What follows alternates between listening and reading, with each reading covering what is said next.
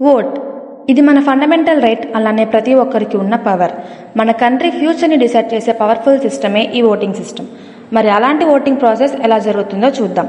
జనరల్గా మీ ఓట్ని మీ నేటివ్ ప్లేస్లో, మీ లొకాలిటీలో ఉన్న పోలింగ్ స్టేషన్లో మాత్రమే యూజ్ చేయగలరు.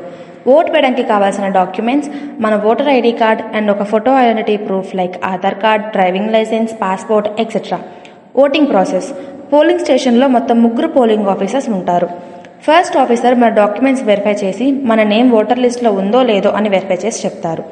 సెకండ్ ఆఫీసర్ మన ఇండెక్స్ ఫింగర్కి ఇంక్ వేసి సైన్ చేయించుకొని ఓటింగ్ స్లిప్ ఇస్తారు.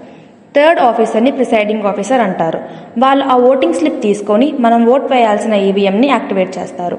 అప్పుడు కవర్ అయి ఉన్న ఈవీఎం మెషిన్లో మనం చూస్ చేసుకున్న పార్టీ సింబల్ పక్కన క్లిక్ చేసి మనం ఓట్ వేస్తాం.